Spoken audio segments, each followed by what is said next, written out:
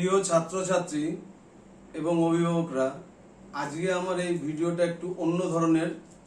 কারণ ইতিমধ্যে যে সমস্ত ছাত্রছাত্রী এবং অভিভাবকরা আমার ভিডিও দেখেছে তারা অনেকেই বিভিন্ন সময় বিভিন্ন রকম আলোচনার মধ্যে একটা প্রশ্ন আমি দেখেছি খুব কমন। সেটা হচ্ছে বাচ্চারা ঠিকমতো মন দিয়ে পড়াশোনা করে না এবং যার ফলে তারা তাদের যে মেরিট, সেই মেরিট অনুযায়ী রেজাল্টটা করতে পারে না। তো আমি ভাবলাম সেই কারণেই যে এরকম একটা ভিডিও বানানো দরকার আছে, যেখানে দাঁড়িয়ে বাচ্চারা তাদের পড়াশোনায় মনোনিবেশ করতে পারে। এরকম একটা ভিডিও যাতে আমরা চেষ্টা করব সেরকম একটা ভিডিও তৈরি করা। ঠিক সেরকম একটা লক্ষ্য নিয়ে আজকে আমার এই ভিডিও। সর্বপ্রথম আমি যেটা বলবো যে বাচ্চারা তাদের শিশু মন, কারণ হচ্ছে ওই 4, 5, 6 এই বয়সগুলি খুব অল্প বয়স, এরা নিজেদের মতো করে চলতে পারে না, সঠিকভাবে কোনো সিদ্ধান্ত নিতে পারে না।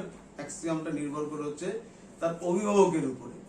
তো সেইখানে দাঁড়িয়ে আমাদের প্রথম লক্ষ্য হচ্ছে যে বাচ্চাটি আমার বাড়ির যে পরিবেশ, সেই পরিবেশটাকে হচ্ছে পড়াশোনার একটা পরিবেশ তৈরি করতে হবে। এটা হচ্ছে আমাদের প্রথম কাজ। যে বাড়িতে যদি পড়াশোনার পরিবেশ না থাকে, তাহলে আমার বাচ্চা যতই ভালো হোক, আস্তে আস্তে আস্তে আস্তে তার পড়াশোনাটা খারাপের দিকে যাবে এবং মনোসংযোগটা থাকবে না।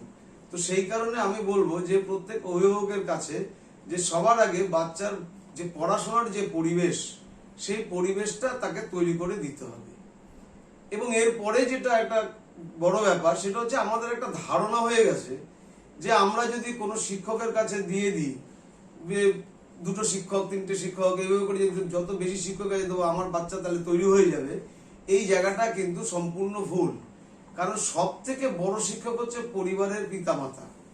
তো তারা যদি নজর না দেয়, কারণ আমি যদি প্রয়োজন মনে করি আমি একটা শিক্ষক দিতে পারি এই পর্যন্ত, কিন্তু সবার আগে দরকার হচ্ছে বাড়ির যে কোনো একজন, হয় বাবা অথবা মা, যে কোনো একজনকে কিন্তু তাকে দেখতে হবে বাচ্চাটি রেগুলার বেসিসে পড়াশোনাটা করছে কিনা। প্রথম কথা দেখতে হবে কি, তাহলে আমাকে বাড়ির যে পড়াশোনার যে এনভায়রনমেন্ট, পড়াশোনার পরিবেশটা আমাকে তৈরি করতে হবে। আর একটা কথা হচ্ছে যে আমাকে প্রতিদিন আমাকে নজরদারি করতে হবে যে আমার বাচ্চাটি ঠিকমতো পড়লো কিনা এবং কোথায় তার অসুবিধা তাকে বুঝিয়ে বলতে হবে। যে সে যে স্কুলে পড়ে আসলো বা প্রাইভেট টিউটরের কাছে পড়ে আসলো, সেই ক্ষেত্রে সে কোন সমস্যার সম্মুখীন হচ্ছে। কারণ পড়াশোনাটা যদি আনন্দ করে করতে পারে, পড়াশোনাটা যদি কোনো বাচ্চা মনে করে, আমাদের যদি অভিভাবকদের যদি ব্যবহারটা এরকম হয় যে মনে হচ্ছে ওকে একটা চাপিয়ে দিচ্ছে, একটা বোঝা, তাহলে কিন্তু সেই বাচ্চার দ্বারা পড়াশোনাটা হবে না। তাহলে আমাকে বাচ্চাটিকে এমন একটা জায়গায় নিয়ে আসতে হবে যে এটা একটা আনন্দের বিষয়। তাহলে সেই ক্ষেত্রে কি করতে হবে, রেগুলার বেসিসে আমাকে কিন্তু বাচ্চাকে নজরদারি করতে হবে। এবং সেটা কিভাবে করে, প্রতিদিন অন্ততপক্ষে আমি অনুরোধ করব প্রত্যেক অভিভাবকের কাছে যে 1 থেকে 2 ঘন্টা সারা দিনের মধ্যে যে কোনো একজন পরিবারে, হয় পিতা হতে পারে অথবা মাতা হতে পারে, যে কোনো একজন 1 থেকে 2 ঘন্টা সেই বাচ্চাটিকে নিয়ে বসুন, তার সমস্যাটা শুনুন। সে কোন সাবজেক্টটা বা কোন বিষয়টা বুঝতে পারছে না, কেন বুঝতে পারছে না। যদি মনে করেন যে আপনি নিজে ওটাকে বুঝিয়ে দিতে পারছেন, সলভ করে দিতে পারছেন, তো বেটার। যদি না পারেন, তাহলে আপনার দায়িত্ব হচ্ছে যে তার যে শিক্ষক আছে সেই শিক্ষকের সাথে আপনি একটু আলোচনা করুন যে আমার ছেলেটি বা আমার মেয়েটি এই বিষয়গুলি বুঝতে পারছে না। তো সেইভাবে করে যখনই আপনি আলোচনা করবেন, তখনই দেখবেন যে বাচ্চাটিকে সেইটি শিক্ষক কিন্তু একটা জিনিস বুঝবে যে না, বাড়ির গার্জিয়ানদেরও কিন্তু বাচ্চার প্রতি নজর আছে এবং সে কিন্তু তখন তাকে যে প্রবলেমটা বা যে কারণে বুঝতে পারছে না, সেও কিন্তু সাহায্য করবে। আমি এর আগেও ভিডিওতে বলেছি যে দেখুন, কোনো শিক্ষক কিন্তু কোনো বাচ্চাকে বিশাল কিছু ভালো করতে পারে না। কারণ একজন শিক্ষক হচ্ছে সহায়ক শক্তি, যে কিনা বাচ্চাটিকে এগিয়ে দিতে পারে। সে যেই জায়গাগুলি বুঝতে পারবে না, সেই সাবজেক্ট ওয়াইজে সেই শিক্ষক সেটাকে ভালো করে বুঝিয়ে দিতে পারে। তৈরি হতে হবে কিন্তু বাচ্চার নিজের। তো সেই কারণে আমাদের উচিত বাচ্চার সাথে প্রতিনিয়ত কন্টাক্ট রাখা এবং তার যে সমস্যাগুলি হচ্ছে সেই সমস্যাগুলিকে সলভ করা, তাকে আনন্দ দেওয়া। এরকম দেখা যায় কিছু কিছু টেকনিক ব্যবহার করতে হয়। দেখা গেল বাচ্চা একটা কিছু চাইলো, আপনি কি বলবেন? সঙ্গে সঙ্গে না দিয়ে যদি আপনি এটা বলেন যে বাবা তুই এটা কমপ্লিট কর, এটা যদি আজকে ভালো করে কমপ্লিট করতে পারিস, তাহলে তোকে আমি এই জিনিসটা দিয়ে দেবো। তাহলে দেখবেন বাচ্চা কিন্তু আনন্দের সহিত তার যেহেতু এটা চাহিদা, যে একটা পুতুল হতে পারে, একটা বল হতে পারে, সে যেটাই হোক, তখন দেখবেন সে কিন্তু অটোমেটিক সেই সাবজেক্টটি ভালো করে পড়াশোনা করে গিয়ে কিন্তু ওই বলটি বা তার যে চাহিদা, যে খেলনার জিনিসটা আছে সেটা কিন্তু নেবে। আরেকটা যেটা হচ্ছে অভিভাবকদের একটা বড় সমস্যা, যেটা আমরা একটা বড় ভুল করি, একদম শৈশবে যখন নাকি দেখা যায় যে ভাতটা খেতে চায় না, তখনও কিন্তু আমরা তার সামনে একটা মোবাইল দিয়ে আমরা কিন্তু তাকে ভাতটা খাওয়াচ্ছি। এটা কিন্তু একটা ভীষণভাবে ওই বাচ্চাটির আমরা ক্ষতি করছি, আমাদের অবচেতন মনে বা চেতন মনে, যেটাই বলুন। যারা বুঝতে পারছেন যে এটা ক্ষতি করছে তারপরেও দিচ্ছেন, তারা চেতন মনে, আর যারা না বুঝে করছেন তারা অবশ্যই আমি বলবো অবচেতন মনেই করছেন। তো এইভাবে করে এই যে বাচ্চাকে প্রতিনিয়ত তার সামনে মোবাইল দেওয়া, এতে কি হচ্ছে, এতে বাচ্চা কিন্তু অ্যাডিক্টেড হয়ে যাচ্ছে মোবাইলের প্রতি। একটা কথাই আছে যে মোবাইলের মালিক আপনি না আপনার মালিক মোবাইল। যদি আপনি মোবাইলের মালিক হন তাহলে কিন্তু আপনি আপনার মতো করে মোবাইলটা চালাতে পারবেন। আর মোবাইল যদি আপনার মালিক হয় তাহলে মোবাইল কথা অনুযায়ী আপনার চলতে হবে। মোবাইল হঠাৎ আপনার মনে পড়বে যে একটু মোবাইল দেখি, বাচ্চাদের মধ্যে যে প্রবণতা আছে, দেখবেন প্রত্যেক বাড়িতে একটা অভিযোগ আছে, প্রচুর পরিমাণে মোবাইল দেখে অথবা টিভি দেখে। এখন মোবাইলের চলটা একটু বেশি। তো সেই কারণে বলছি মোবাইল থেকে বিরত থাকুন। যদি দিতে হয় সারা দিনে আপনার চোখের সামনে আপনি 10 মিনিট দিলেন, 20 মিনিট দিলেন, কারণ ও যদি মোবাইলের প্রতি যদি অ্যাট্রাক্ট হয়ে যায় তাহলে কিন্তু আপনি তাকে ফেরাতে পারবেন না। যখনই আপনি না দেবেন তখনই সে কিন্তু ওটাকে মেনে নিতে পারবে না। স্বাভাবিক কারণে তার পড়ার প্রতি যে মনোসংযোগ, সেই মনোসংযোগটা থাকবে না, কারণ তার রাগ ক্ষোভ প্রকাশটা কিন্তু ওইভাবে করে পাবে, পড়াশোনার মধ্যে দিয়ে পাবে। ফলে প্রথম থেকে এই হ্যাবিটটাকে যদি আমরা একটু চেষ্টা করি তাহলে আমরা বন্ধ করতে পারি। তাহলে সেইভাবে করে যদি আমরা এই মোবাইলটাকে, আমি বিশেষভাবে অনুরোধ করব যে মোবাইলটাকে কিন্তু বাচ্চাদের হাত থেকে কিন্তু দূরে সরিয়ে রাখুন, যাতে সে মোবাইলটাকে খুব সহজলভ্য না মনে করে। যে দরকার পড়লে বাবা এক্ষুনি মোবাইল দেখবো, বা নিজে মোবাইল দিয়ে, অনেক পরিবার আছে আমি নিজে দেখেছি যে মোবাইলটা বাচ্চাটির হাতে দিয়ে রাখে। তো বাচ্চাটির দোষ কি, সে তো বুঝতে পারছে না। তাকে আমরা কিন্তু তার যে জায়গাটা, খারাপ জায়গাটা, সেটা কিন্তু তৈরিটা আমরা করে দিচ্ছি, কারণ আমরা অভিভাবক। তো সেই কারণে বলবো যে বাচ্চাকে কিন্তু মোবাইল থেকে বিরত রাখুন, আর আনন্দের সহিত পড়ান, তাকে বোঝান। কখনো গায়ে হাত তুলবেন না, কারণ কোনো বাচ্চাকে মেরে কিন্তু ভালো কিছু করা যায় না। কারণ তাকে রিয়ালাইজ করাতে হবে, বাচ্চাটিকে বোঝাতে হবে, বাবা তোমার এটা পড়া দরকার আছে, এটা করা দরকার আছে, এটা করলে এই হতে পারবা। যেভাবে আমরা একটা শিশুকে বোঝাই, প্রতিনিয়ত আপনাকে বোঝাতে হবে। আপনি যদি মনে করেন যে না আপনার বাচ্চা বুঝবেন না, বোঝাবেন না, তাহলে কিন্তু বাচ্চা কিন্তু ক্রমান্বয়ে খারাপ হতে থাকবে।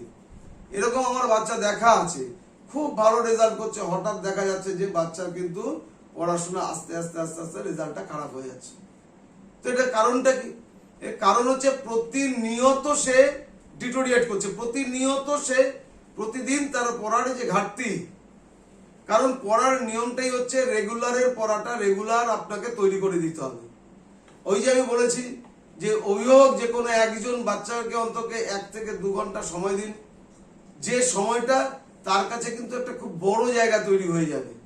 এবং আপনিও বুঝতে পারবেন আপনার বাচ্চা, যখনই আপনি বাচ্চার সাথে কন্টাক্টে থাকবেন তখনই দেখবেন কিন্তু যে আপনার বাচ্চার কোথায় সমস্যা হচ্ছে, সেই সমস্যা কিন্তু আপনি রিয়ালাইজ করতে পারবেন। আর আপনি যদি বাচ্চার সংস্পর্শে না থাকেন, শুধুমাত্র পয়সা দিয়ে, বাইরে 5টা টিউটর দিয়ে পড়ানোর মধ্যে দিয়ে যদি আপনি মনে করেন যে বিশাল কিছু রেজাল্ট হবে, তাহলে কিন্তু কখনো সেরকম আশা করবেন না। কারণ আবার এটাও ঠিক যে অনেক বাচ্চাই আছে যারা নাকি একদম ফ্রম দ্য বিগিনিং খুব সিরিয়াস, সে বাচ্চাটা কিন্তু খুব রেয়ার।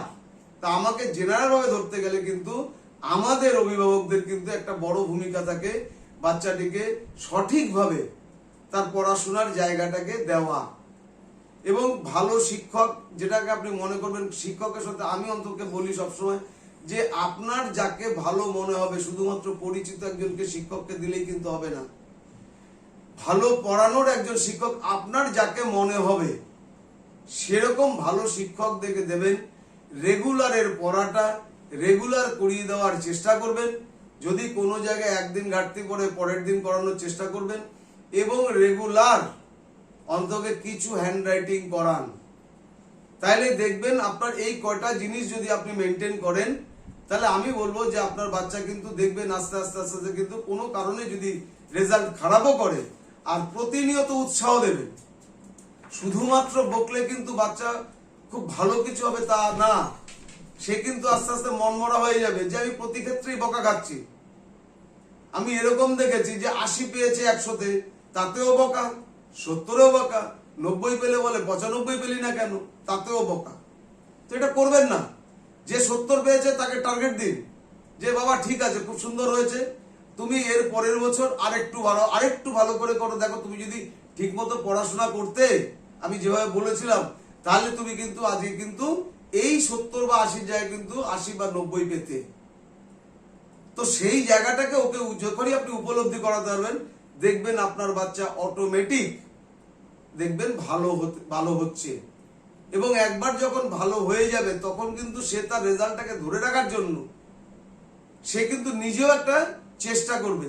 তো সেই জায়গাটা পর্যন্ত কিন্তু আমাদের অভিভাবক হিসাবে কিন্তু একটা ডিউটি থেকে যায় যে বাচ্চাটি যাতে সঠিকভাবে পড়াশোনা করে, কোন জায়গায় সমস্যা হচ্ছে, ভালো এনভায়রনমেন্ট দেওয়া, নিজেকে দেখা, বাচ্চার প্রতি নজর দেওয়া, এই জায়গাগুলি যদি করেন, আপনি দেখবেন, আমি আপনাকে কথা দিচ্ছি যে আপনার বাচ্চা উইদিন 6 মান্থস দেখবেন যদি ডেভেলপ না করে, আপনি বলবেন আমাকে, আমার ভিডিওতে আপনি কমেন্টস করবেন। যদি মনে হয় যে না এই কথাগুলি, এই কয়েকটা পয়েন্ট আমি আপনাদের বললাম, সেই কয়েকটা পয়েন্ট যদি আপনারা একটু মেনটেন করেন, তাহলে দেখবেন যে আপনার বাচ্চা ভালো হচ্ছে কিনা। যদি মনে হয় যে না এই ভিডিওটা আপনাকে উপকার করেছে, তবে অবশ্যই আপনি কমেন্টস করবেন যে ভালো হলো বা আরো কিভাবে ভালো করা যায়। যদি সেরকমও যদি কোনো আপনার বক্তব্য থাকে, আপনি নিশ্চয়ই কমেন্ট বক্সে লিখবেন। এবং যদি ভালো লাগে আপনি শেয়ার করবেন, লাইক করবেন এবং সাবস্ক্রাইব করবেন। এবং যাতে কিনা মানে শেয়ার করার অর্থ হচ্ছে যে অন্যান্য যারা বাচ্চারা আছে তারাও যাতে এই ভিডিওটা দেখে যদি কিছু উপকৃত হয়, আমার ভিডিওর কিন্তু সেই জায়গাটাই সার্থকতা। এই বলেই আজকে আমি আমার ভিডিও শেষ করছি।